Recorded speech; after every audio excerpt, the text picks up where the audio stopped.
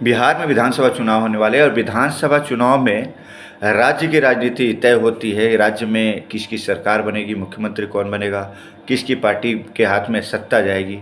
जैसे केंद्र में जो है लोकसभा में जिसकी सबसे ज़्यादा सीट होती है वो देश का शासन संभालता है, यानी कि प्रधानमंत्री, और उसका कैबिनेट बनता है।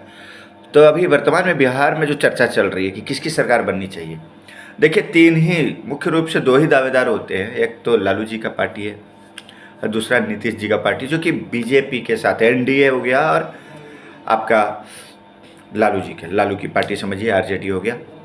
अब बात यहाँ पर है किसके हाथ में सत्ता सौंप के दी जाए। अब दूसरा एक जो तीसरा पक्ष करा रहा है जन सुराज पार्टी, प्रशांत किशोर। विद्यार्थियों के लोगों के मन में काफ़ी भी जो है द्वंद्व है, आखिर किसे चुना जाए। लालू जी का हमेशा दावा रहा है कि हमने क्या किया है, ऐसे समय में सत्ता में आया और लोगों को, पिछड़ों को, दलितों को, ना मुसलमानों को, काफ़ी लोगों को अधिकार दिया वोट देने का, शासन के सामने खड़े होने का या अपने अधिकार को लेने का। ये लालू जी का और उनके पार्टी का दावा है। लेकिन उनके समय में बाहुबलियों का राज हो गया था, काफ़ी हद तक बाहुबलियों का राज हो गया। अब जब नीतीश जी की सरकार आती है, सुशासन का सरकार कहा जाता है, तो ऐसे समय बोला जाता है कि बाहुबलियों का राज थोड़ा सा कम किया गया, शासन का, सत्ता का, प्रशासन का राजपाट थोड़ा सा बढ़ाया गया, उसके कंट्रोल में दिया गया। ये भी बात अपनी जगह थोड़ी सही है। लेकिन पिछले 15 साल के उसके 15 साल तक लालू जी वही राग लापते रहे और उनकी पार्टी वही राग लापते रहे, वही डर पे काम। भैया एक चैप्टर कंप्लीट हो जाता है तो विद्यार्थी भी अगले चैप्टर की तैयारी करते हैं। आपने समाजवाद लाया, समानता दिलवाई, अब उसके आगे बाहुबली जो जंगल राज आ गया, जिसे बाकी पार्टी कहते हैं, चाहे नीतीश जी कहते हैं, उसको कैसे सुधारिएगा। दूसरी बात है कि अब नीतीश जी बोल रहे जंगल राज आपने ख़त्म किया, सुशासन का सरकार लाया, लेकिन उसके अलावा भी तो कुछ चाहिए ना। अब उसको कैसे ख़त्म कीजिएगा। तो पिछले तीन कार्यकाल से आप यही राग लाप रहे हैं। अब क्या करना चाहिए, विद्यार्थी भी पूछ रहे थे, कुछ और लोग भी पूछ रहे थे। तो देखिए, सत्ता परिवर्तन होनी चाहिए।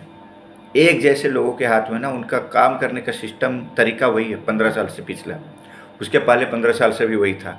नो डाउट डेवलपमेंट हुआ है, हर काल में थोड़ा बहुत डेवलपमेंट होता है, लेकिन अभी कुछ ड्रास्टिक चेंज चाहिए तो परिवर्तन करना होगा। और ये दया भाव नहीं रखना पड़ेगा कि भाई वो मुख्यमंत्री थे तो वही रहने चाहिए, ये मुख्यमंत्री है तो यही रहने चाहिए। भाई उनकी नौकरी की चिंता कर रहे हैं आप, उनकी सत्ता की चिंता कर रहे हैं आप, पूरे राज्य का प्रशासन किसी के हाथ में सौंप रहे हैं, तो पार्टी चेंज करनी चाहिए, हमें भी, आप पे भी, है ना, और आपको भी। और एक बार नए हाथ में सत्ता देनी चाहिए बिहार की, खासकर बिहार की विधानसभा की, यानी कि राज्य सरकार की। और अभी जो दावेदार लग रहा है कि जनसुराज, इसीलिए भी बोला जा सकता है क्योंकि ये रणनीतिकार भी है, कई पार्टियों को जिताने का उसके लिए सारा कुछ रणनीति तय किए हैं। इससे ये पता होगा कि बिहार को हम क्या देंगे या क्या लेंगे, जिसकी वजह से हम अगली बार फिर से सत्ता में आएंगे। तो हो सकता है कुछ बेहतर करें और नए आइडिया के साथ काम करें। अभी जो उनका मैनिफेस्टो है वो भी सही है, तो जनता को सोचनी चाहिए।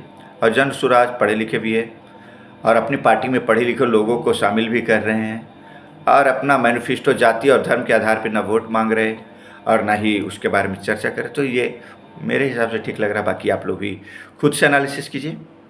और सत्ता जो पिछले 15 साल से बदल नहीं रहे हैं, एक बार चेंज करना चाहिए। धन्यवाद।